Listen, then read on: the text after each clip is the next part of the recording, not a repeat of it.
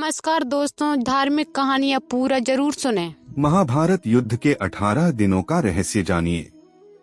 माना जाता है कि महाभारत युद्ध में एकमात्र जीवित बचा कौरव युयुत्सु था और 24,165 कौरव सैनिक लापता हो गए थे।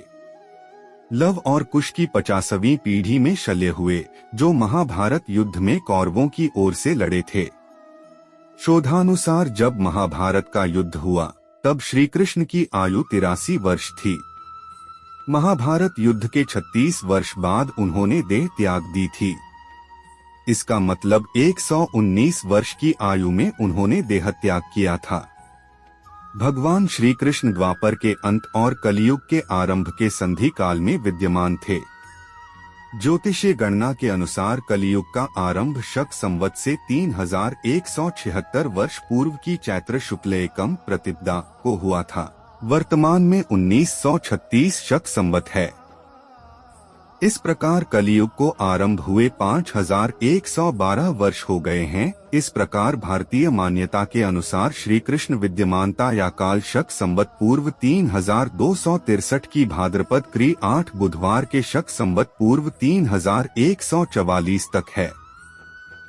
भारत का सर्वाधिक प्राचीन युधिष्ठिर संवत, जिसकी गणना कलियुग से 40 वर्ष पूर्व से की जाती है, उक्त मान्यता को पुष्ट करता है। कलियुग के आरंभ होने से 6 माह पूर्व मार्गशीर्ष शुक्ल 14 को महाभारत का युद्ध का आरंभ हुआ था, जो 18 दिनों तक चला था। आओ जानते हैं महाभारत युद्ध के 18 दिनों के रोचक घटनाक्रम को। युद्ध में दोनों पक्षों के कुरुक्षेत्र में शिविर कहाँ थे। महाभारत युद्ध से पूर्व पांडवों ने अपनी सेना का पड़ाव कुरुक्षेत्र के पश्चिमी क्षेत्र में सरस्वती नदी के दक्षिणी तट पर बसे समंत्र पंचक तीर्थ के पास हिरण्यवती नदी, सरस्वती नदी की सहायक नदी, के तट पर डाला।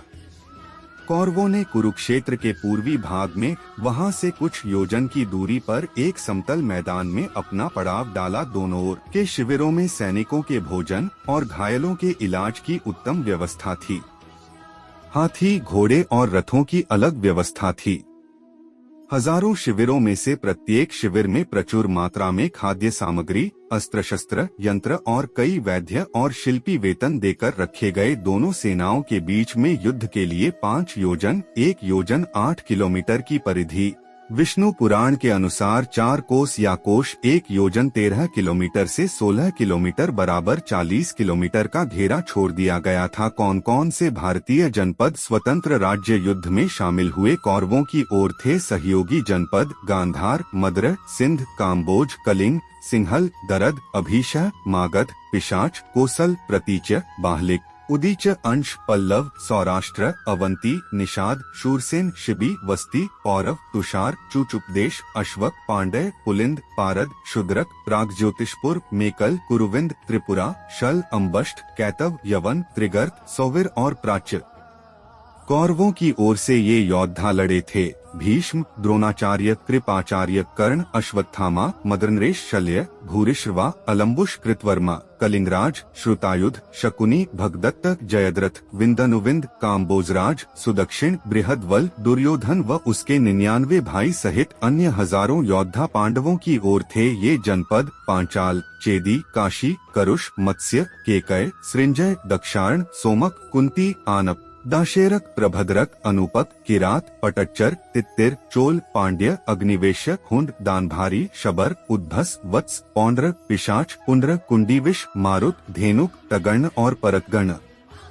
पांडवों की ओर से लड़े थे ये योद्धा भीम, नकुल, सहदेव, अर्जुन, युधिष्ठिर, द्रौपदी के 5 पुत्र सात्यकी, उत्तमौजा, विराट, द्रुपद, धृष्टद्युम्न, अभिमन्यु, पांड्यराज, घटोत्कच, शिखंडी, युयुत्सु, कुंतीभोज, उत्तमौजा, शैब्य और अनुप्राज। नील तटस्थ जनपद विदर्भ, शाल, चीन, लौहित्य, शोणित, नेपा, कोंकण, कर्नाटक, केरल, आंध्र, द्रविड़ आदि ने इस युद्ध में भाग नहीं लिया। युद्ध के नियम क्या थे, जानिए। पितामह भीष्म की सलाह पर दोनों दलों ने एकत्र होकर युद्ध के कुछ नियम बनाए।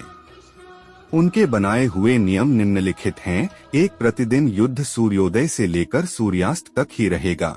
सूर्यास्त के बाद युद्ध नहीं होगा। 2. युद्ध समाप्ति के पश्चात छलकपट छोड़कर सभी लोग प्रेम का व्यवहार करेंगे। 3. रथी रथी से, हाथी वाले से और पैदल पैदल से ही युद्ध करेगा। 4 एक वीर के साथ एक ही वीर युद्ध करेगा। 5 भय से भागते हुए या शरण में आए हुए लोगों पर अस्त्र शस्त्र का प्रहार नहीं किया जाएगा। 6 जो वीर निहत्था हो जाएगा उस पर कोई अस्त्र नहीं उठाया जाएगा। 7 युद्ध में सेवक का काम करने वालों पर कोई अस्त्र नहीं उठाएगा। पहला और दूसरा दिन प्रथम दिन का युद्ध। प्रथम दिन एक ओर जहां कृष्ण अर्जुन अपने रथ के साथ दोनों ओर की सेनाओं के मध्य खड़े थे और अर्जुन को गीता का उपदेश दे रहे थे, इसी दौरान भीष्म पितामह ने सभी योद्धाओं को कहा कि अब युद्ध शुरू होने वाला है। इस समय जो भी योद्धा अपना खेमा बदलना चाहे वह स्वतंत्र है कि वह जिसकी तरफ से भी चाहे युद्ध करे।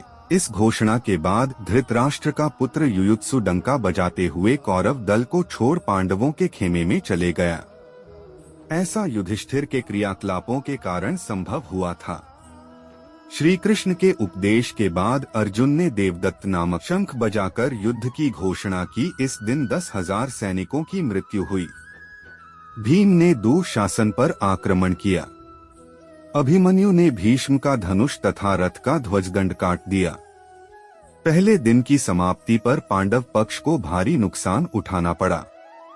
विराट नरेश के पुत्र उत्तर और श्वेत क्रमशः शल्य और भीष्म के द्वारा मारे गए।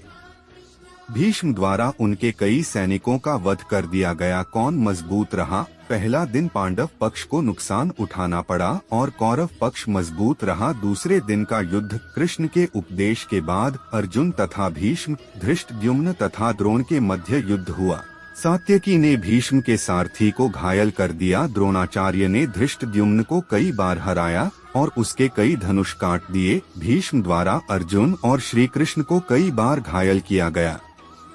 इस दिन भीम का कलिंगों और निषादों से युद्ध हुआ तथा भीम द्वारा सहस्रों कलिंग और निषाद मार गिराए गए। अर्जुन ने भी भीष्म को भीषण संहार मचाने से रोके रखा।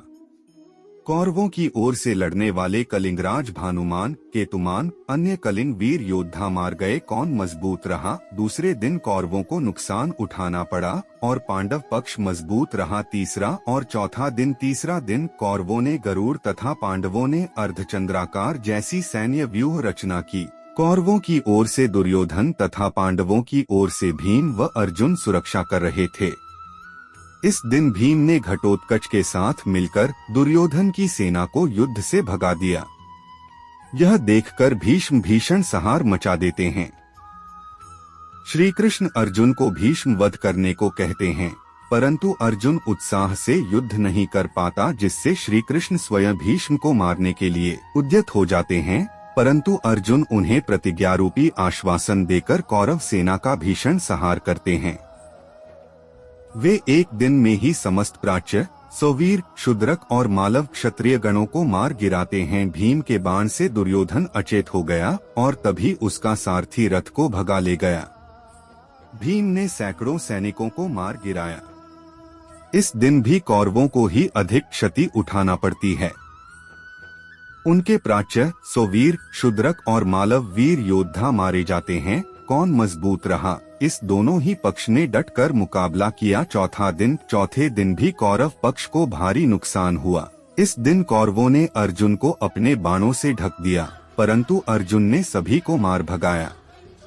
भीम ने तो इस दिन कौरव सेना में हाहाकार मचा दी। दुर्योधन ने अपनी 10 सेना भीम को मारने के लिए भेजी, परंतु घटोत्कच की सहायता से भीम ने उन सबका नाश कर दिया और 14 कौरवों को भी मार गिराया, परंतु राजा भगदत्त द्वारा जल्द ही भीम पर नियंत्रण पा लिया गया। बाद में भीष्म को भी अर्जुन और भीम ने भयंकर युद्ध कर कड़ी चुनौती दी। कौन मजबूत रहा? इस दिन कौरवों को नुकसान उठाना पड़ा और पांडव पक्ष मजबूत रहा। पांचवा और छठा दिन। पांचवें दिन का युद्ध। श्री कृष्ण के उपदेश के बाद युद्ध की शुरुआत हुई और फिर भयंकर मारकाट मची। दोनों ही पक्षों के सैनिकों का भारी संख्या में वध हुआ। इस दिन भीष्म ने पांडव सेना को अपने बाणों से ढक दिया। उन पर रोक लगाने के लिए क्रमशः अर्जुन और भीम ने उनसे भयंकर युद्ध किया। सात्यकी ने द्रोणाचार्य को भीषण संहार करने से रोके रखा। भीष्म द्वारा सात्यकी को युद्ध क्षेत्र से भगा दिया गया। सात्यकी के 10 पुत्र मारे गए। कौन मजबूत रहा? इस दोनों ही पक्ष ने डट कर मुकाबला किया। छठे दिन का युद्ध। कौरवों ने क्रोंचव्यूह तथा पांडवों ने मकरव्यूह के आकार की सेना कुरुक्षेत्र में उतारी। भयंकर युद्ध के बाद द्रोण का सारथी मारा गया।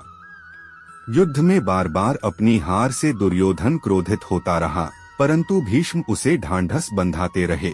अंत में भीष्म द्वारा पांचाल सेना का भयंकर संहार किया गया। कौन मजबूत रहा? इस दोनों ही पक्ष ने डटकर मुकाबला किया। 7वां और 8वां दिन। 7वें दिन का युद्ध। 7वें दिन कौरवों द्वारा मंडलाकार व्यूह की रचना और पांडवों ने वज्र व्यूह की आकृति में सेना लगाई। मंडलाकार में एक हाथी के पास 7 रथ, एक रथ की रक्षार्थ 7 अश्वारोही, एक अश्वारोही की रक्षार्थ 7 धनुर्धर तथा एक धनुर्धर की रक्षार्थ 10 सैनिक लगाए गए थे। सेना के मध्य दुर्योधन था। वज्राकार में 10 मोर्चों पर घमासान युद्ध हुआ। इस दिन अर्जुन अपनी युक्ति से कौरव सेना में भगदड़ मचा देता है। धृष्टद्युम्न दुर्योधन को युद्ध में हरा देता है। अर्जुन पुत्र इरावान द्वारा विंद और अनुविंद को हरा दिया जाता है। भगदत्त घटोत्कच को और नकुल सहदेव मिलकर शल्य को युद्ध क्षेत्र से भगा देते हैं। यह देखकर एक बार भीष्म फिर से पांडव सेना का भयंकर संहार करते हैं। विराट पुत्र शंख के मारे जाने से इस दिन कौरव पक्ष की क्षति होती है। कौन मजबूत रहा? इस दोनों ही पक्ष ने डटकर मुकाबला किया। 8वें दिन का युद्ध। कौरवों ने कछुआ व्यूह तो पांडवों ने 3 शिखरों वाला व्यूह रचा। पांडव पुत्र भीम धृतराष्ट्र के 8 पुत्रों का वध कर देते हैं। अर्जुन की दूसरी पत्नी उलूपी के पुत्र इरावान का बकासुर के पुत्र आश्रयश्रृंग अम्बलुष के द्वारा वध कर दिया जाता है। घटोत्कच द्वारा दुर्योधन पर शक्ति का प्रयोग, परंतु बंगनरेश ने दुर्योधन को हटाकर शक्ति का प्रहार स्वयं के ऊपर ले लिया तथा बंगनरेश की मृत्यु हो जाती है। इस घटना से दुर्योधन के मन में मायावी घटोत्कच के प्रति भय व्याप्त हो जाता है। तब भीष्म की आज्ञा से भगदत्त घटोत्कच को हराकर भीम, युधिष्ठिर व अन्य पांडव सैनिकों को पीछे ढकेल देता है। दिन के अंत तक भीमसेन धृतराष्ट्र के 9 और पुत्रों का वध कर देता है। पांडव पक्ष की क्षति। अर्जुन पुत्र इरावान का अम्बलुष द्वारा वध। कौरव पक्ष की क्षति। धृतराष्ट्र के 17 पुत्रों का भीम द्वारा वध। कौन मजबूत रहा? इस दोनों ही पक्ष ने डट किया और दोनों की पक्ष को नुकसान उठाना पड़ा। हालांकि कौरवों को ज्यादा क्षति पहुंची। 9वां और 10वां दिन। 9वें दिन का युद्ध। कृष्ण के उपदेश के बाद भयंकर युद्ध हुआ, जिसके चलते भीष्म ने बहादुरी दिखाते हुए अर्जुन को घायल कर उनके रथ को जर्जर कर दिया। युद्ध में आखिरकार भीष्म के भीषण संहार को रोकने के लिए कृष्ण को अपनी प्रतिज्ञा तोड़नी पड़ती है। उनके जर्जर रथ को देखकर श्री कृष्ण रथ का पहिया लेकर भीष्म पर झपटते हैं, लेकिन वे शांत हो जाते हैं। परंतु इस दिन भीष्म पांडवों की सेना का अधिकांश भाग समाप्त कर देते हैं। कौन मजबूत रहा? कौरव। 10वां दिन। भीष्म द्वारा बड़े पैमाने पर पांडवों की सेना को मार देने से घबराए पांडव पक्ष में भय फैल जाता है। तब श्री कृष्ण के कहने पर पांडव भीष्म के सामने हाथ जोड़कर उनसे उनकी मृत्यु का उपाय पूछते हैं। भीष्म कुछ देर सोचने पर उपाय बता देते हैं। इसके बाद भीष्म पांचाल तथा मत्स्य सेना का भयंकर संहार कर देते हैं। फिर पांडव पक्ष युद्ध क्षेत्र में भीष्म के सामने शिखंडी को युद्ध करने के लिए लगा देते हैं। युद्ध क्षेत्र में शिखंडी को सामने डटा देखकर भीष्म ने अपने अस्त्र त्याग दिए। इस दौरान बड़े ही बेमन से अर्जुन ने अपने बाणों से भीष्म को छेद दिया। भीष्म बाणों की शरशया पर लेट गए। भीष्म ने बताया कि वे सूर्य के उत्तरायण होने पर ही शरीर छोड़ेंगे, क्योंकि उन्हें अपने पिता शांतनु से इच्छा मृत्यु का वर प्राप्त है। पांडव पक्ष की क्षति। शतानीक। कौरव पक्ष की क्षति। भीष्म कौन मजबूत रहा? पांडव। 11वां और 12वां दिन। 11वें दिन भीष्म के शरशया पर लेटने के बाद 11वें दिन के युद्ध में कर्ण के कहने पर द्रोण सेनापति बनाए जाते हैं। 11वें दिन सुशर्मा तथा अर्जुन, शल्य तथा भीम, सात्यकी तथा कर्ण और सहदेव तथा शकुनी के मध्य युद्ध हुआ। कर्ण भी इस दिन पांडव सेना का भारी संहार करता है। दुर्योधन और शकुनी द्रोण से कहते हैं कि वे युधिष्ठिर को बंदी बना ले तो युद्ध अपने आप खत्म हो जाएगा। तो जब दिन के अंत में द्रोण युधिष्ठिर को युद्ध में हराकर उसे बंदी बनाने के लिए आगे बढ़ते ही हैं कि अर्जुन आकर अपने बाणों की वर्षा से उन्हें रोक देता है। नकुल युधिष्ठिर के साथ थे, वह अर्जुन भी वापस युधिष्ठिर के पास आ गए। इस प्रकार कौरव युधिष्ठिर को नहीं पकड़ सके। पांडव पक्ष की क्षति, विराट का वध कौन मजबूत रहा। कौरव 12वें दिन का युद्ध। कल के युद्ध में अर्जुन के कारण युधिष्ठिर को बंदी न बना पाने के कारण शकुनी व दुर्योधन अर्जुन को युधिष्ठिर से काफी दूर भेजने के लिए त्रिगर्त देश के राजा को उससे युद्ध कर उसे वहीं युद्ध में व्यस्त बनाए रखने को कहते हैं। वे ऐसा करते भी हैं, परंतु एक बार फिर अर्जुन समय पर पहुंच जाता है और द्रोण असफल हो जाते हैं। होता यह है कि जब त्रिगर्त अर्जुन को दूर ले जाते हैं तब सात्यकी युधिष्ठिर के रक्षक थे। वापस लौटने पर अर्जुन ने प्रागज्योतिषपुर पूर्वोत्तर का कोई राज्य के राजा भगदत्त को अर्धचंद्र को बाण से मार डाला। सात्यकी ने द्रोण के रथ का पहिया काटा और उसके घोड़े मार डाले। द्रोण ने अर्धचंद्र बाण द्वारा सात्यकी का सिर काट लिया। सात्यकी ने कौरवों के अनेक उच्च कोटि के योद्धाओं को मार डाला, जिनमें से प्रमुख जलसंधि, त्रिगर्तों की गज सेना, सुदर्शन, म्लेच्छों की सेना, भूरिश्रवा, कर्णपुत्र प्रसन्न थे। युद्ध भूमि में सात्यकी को भूरिश्रवा से कड़ी टक्कर झेलनी पड़ी। हर बार सात्यकी को कृष्ण और अर्जुन ने बचाया। पांडव पक्ष की क्षति द्रुपद, कौरव पक्ष की क्षति त्रिगर्त नरेश। कौन मजबूत रहा। दोनों 13वां और 14वां दिन। 13वें दिन कौरवों ने चक्रव्यूह की रचना की।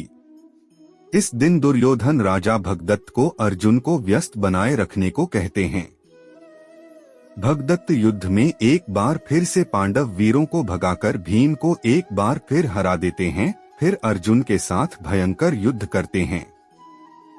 श्री कृष्ण भगदत्त के वैष्णवास्त्र को अपने ऊपर ले उससे अर्जुन की रक्षा करते हैं। अंततः अर्जुन भगदत्त की आंखों की पट्टी को तोड़ देता है, जिससे उसे दिखना बंद हो जाता है और अर्जुन इस अवस्था में ही छल से उनका वध कर देता है।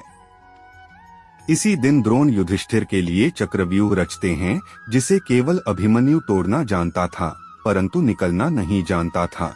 आठ अर्जुन युधिष्ठिर, भीम आदि को उसके साथ भेजता है, परंतु चक्रव्यूह के द्वार पर वे सबके सब जयद्रथ द्वारा शिव के वरदान के कारण रोक दिए जाते हैं और केवल अभिमन्यु ही प्रवेश कर पाता है। ये लोग करते हैं। अभिमन्यु का वध कर्ण के कहने पर सातों महारथियों कर्ण, जयद्रथ, द्रोण, अश्वत्थामा, दुर्योधन, लक्ष्मण तथा शकुनी ने एक साथ अभिमन्यु पर आक्रमण किया।